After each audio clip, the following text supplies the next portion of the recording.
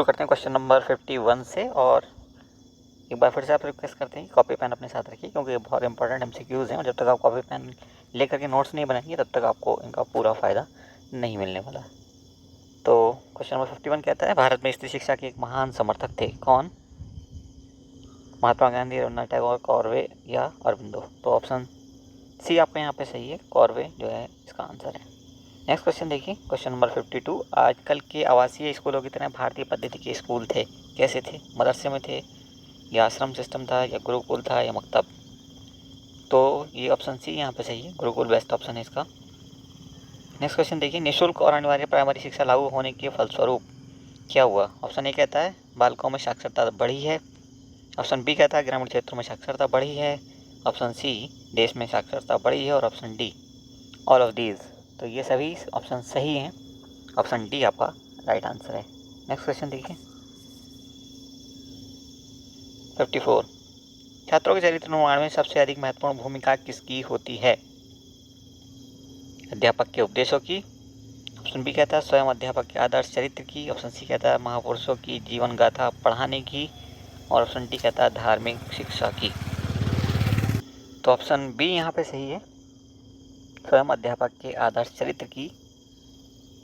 Next question, question number 55, छात्रों में अनुशासन बनाए रखने के लिए एक शिक्षक की कौन सी भूमिका सराहनीय है? ऑप्शन ए शिक्षक की अपनी योग्यता, ऑप्शन बी शिक्षक का विचार, ऑप्शन सी शिक्षक का व्यक्तित्व, और ऑप्शन डी शिक्षक की कक्षा प्रबंध की क्षमता।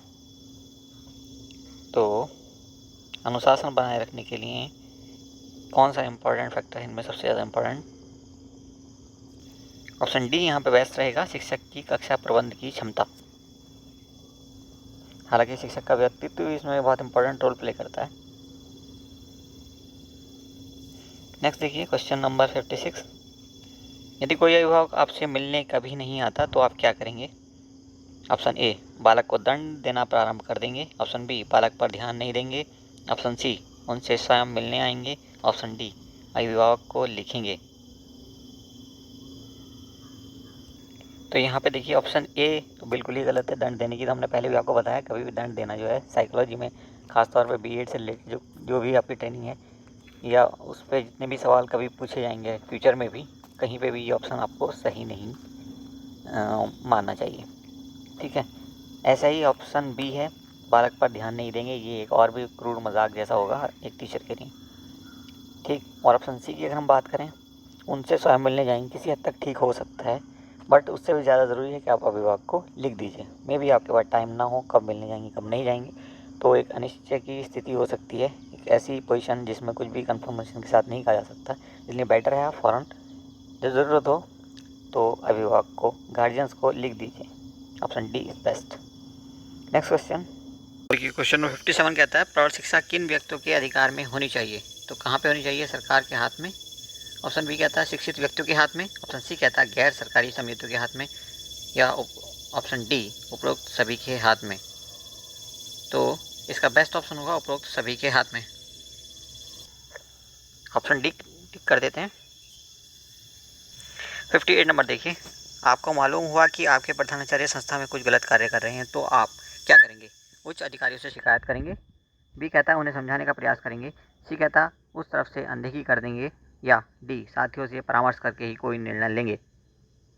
तो ऑप्शन बी इज़ बेस्ट, क्योंकि पहले उनको समझाना ज़रूरी है, बाद में शिकायत एक ऑप्शन हो सकता है इनफैक्ट। ठीक है, तो ऑप्शन बी टिक कर देते हैं। 59, एक अध्यापक के रूप में आप प्राथमिकता देंगे, ऑप्शन ए विज्ञान विषय को, ऑप्शन बी वैज्ञानिक दृष्टिकोण एवं विचार को, ऑप्शन सी उच्च विचारों को, या ऑप्शन डी आस्था को? तो बेस्ट ऑप्शन कौन सा होगा? ऑप्शन बी वैज्ञानिक दृष्टिकोण एवं विचार, क्योंकि ये हमारी फंडामेंटल ड्यूटी भी होती है, समाज में वैज्ञानिक दृष्टिकोण एवं विचार को प्रमोट करना। 6 नंबर कहता है, शिक्षा के माध्यम से कल्याण होता है, ऑप्शन ए समाज के सभी वर्गों का, ऑप्शन बी आदर्श परिवार का, ऑप्शन सी मनुष्य के व्यक्तित्व का, और ऑप्शन डी कहता है छात्र व छात्राओं का। तो ऑप्शन ए यहाँ पे फिर से बेस्ट है और मोस्ट सूटेबल है, समाज के सभी वर्गों का उत्थान इसमें होता है। हालांकि आदर्श परिवार का भी होगा, मनुष्य के व्यक्तित्व का भी विकास होगा, और छात्र छात्राओं का विकास होगा। लेकिन ऑप्शन ए इन सबको अपने आप में समाहित करे हुए है। 61 नंबर देखिए, जब आपके छात्र उन्नति करते हैं तो आप महसूस करते हैं, कैसा महसूस करते हैं आप?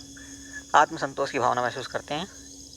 बी कहता है प्रसन्नता की भावना, सी कहता है ईर्ष्या की भावना और डी कहता है आत्मग्लानि की भावना।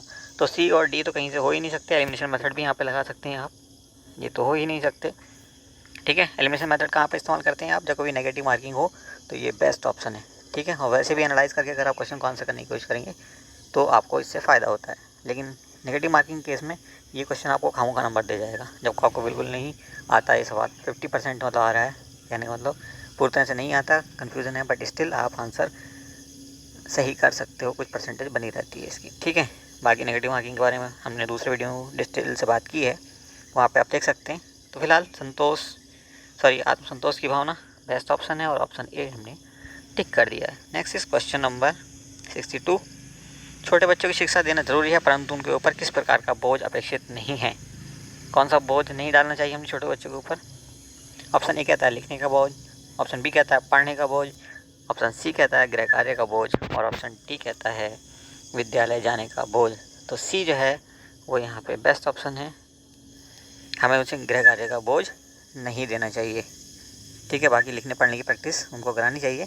लेकिन अक्सर यही आता है कि प्राइवेट स्कूल्स में होमवर्क ही सबसे ज़्यादा दिया जाता है और गार्जियन सोचते हैं कि होमवर्क मिल रहा है इसका मतलब स्कूल में पढ़ाई हो रही है, इसलिए प्राइवेट स्कूल की पढ़ाई अच्छी मानी जाती है। आम धारणा है ये, हालांकि इफेक्ट नहीं है। नेक्स्ट देखिए 63।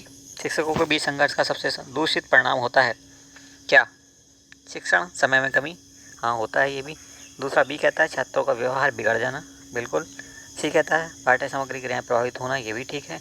और ऑप्शन डी कहता है प्रधानाध्यापक एवं अध्यापकों के संबंध खराब हो जाना, ये भी ठीक है। लेकिन बेस्ट कौन सा रहेगा? Option B. तो कई बार आपको बेस्ट चुनना होता है, हालांकि सभी सही होते हैं, लेकिन सबसे अच्छा कौन है वो आपने ऑप्ट करना होगा। नेक्स्ट देखिए, छात्रों में संरक्षण बनाए रखने के लिए एक शिक्षक की कौन सी भूमिका सराहनीय है? ए कहता है शिक्षक की अपनी योग्यता, बी कहता है शिक्षा का विचार, सी कहता है शिक्षक का व्यक्तित्व और डी कहता है शिक्षक की कक्षा प्रबंध की क्षमता। तो ऑप्शन डी यहाँ पे राइट है। नेक्स्ट देखिए 65। छात्रों में अनुशासन बनाए रखने के लिए, अच्छा ये रिपीट हो रहा है आई थिंक। चलिए 66 नंबर देखते हैं। अच्छे शिक्षक को किसका ज्ञान होना चाहिए? ऑप्शन ए शिक्षा मनोविज्ञान का, ऑप्शन बी कहता है बाल मनोविज्ञान का, ऑप्शन सी कहता है व्यवहारिक मनोविज्ञान का और ऑप्शन डी कह रहा है उपरोक्त सभी। तो उपरोक्त सभी बेस्ट ऑप्शन होगा। नेक्स्ट देखिए 67। नेक्स्ट कहता है शिक्षा की खेल विधि का अर्थ है क्या? ए खेल क्रियाओं द्वारा शिक्षा, बी कहता है खेल क्रियाओं द्वारा मनोरंजन, सी कहता है खेल की शिक्षा और डी कहता है क्रियाशीलता पर जोर। तो ऑप्शन ए खेल क्रियाओं द्वारा शिक्षा इसका आंसर हो जाएगा। 68 नंबर देखिए, प्रभावकारी शिक्षण फलन है किस चीज़ का रिजल्ट है ये? स्पष्ट एवं यथातथ्य संप्रेषण का, संप्रेषण मतलब कम्युनिकेशन। बी कहता है उचित कक्षा अनुशासन का, सी कहता है नियमित अध्ययन का और डी कहता है कक्षा में अविलंब नियमित रूप से आने का। तो ऑप्शन ए यहाँ पे आपका बेस्ट है। नेक्स्ट देखिए 69 नंबर, छोटे बच्चों के लिए शिक्षा का माध्यम होना चाहिए क्या? किस भाषा में हम उनको शिक्षा दें? मातृभाषा में, बी कहता है अंग्रेजी भाषा में, सी कहता है क्षेत्रीय भाषा में या डी कहता है राष्ट्रभाषा में। तो उनको मातृभाषा में ही शिक्षा मिलनी चाहिए। तो ऑप्शन ए आपका बेस्ट रहेगा। 70 नंबर, शिक्षक की योग्यताओं प्रयासों एवं उसके व्यवहार का सही मूल्यांकन किया जा सकता है किसके द्वारा? ए प्रधानाचार्य द्वारा, बी कहता है उसके साथियों द्वारा, सी कहता है उसके छात्रों द्वारा और डी कहता है विशेषज्ञों द्वारा। तो उसके छात्रों द्वारा बेस्ट मूल्यांकन होता है, ऑप्शन सी आपका राइट आंसर हो जाएगा।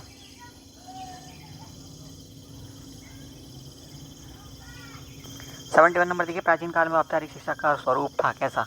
बौद्धिक कौशल का विकास, ऑप्शन बी कहता है धार्मिक संस्कारों का ज्ञान, सी कहता है मानव मूल्यों का संप्रेषण मतलब अगेन कम्युनिकेशन और डी कहता है व्यावसायिक शिक्षा वोकेशनल एजुकेशन। ऑप्शन बी आपका राइट आंसर है, धार्मिक संस्कारों का ज्ञान। 72 देखिए, स्कूल अनुशासन में निम्न में से किसे प्राथमिकता दी जाती है?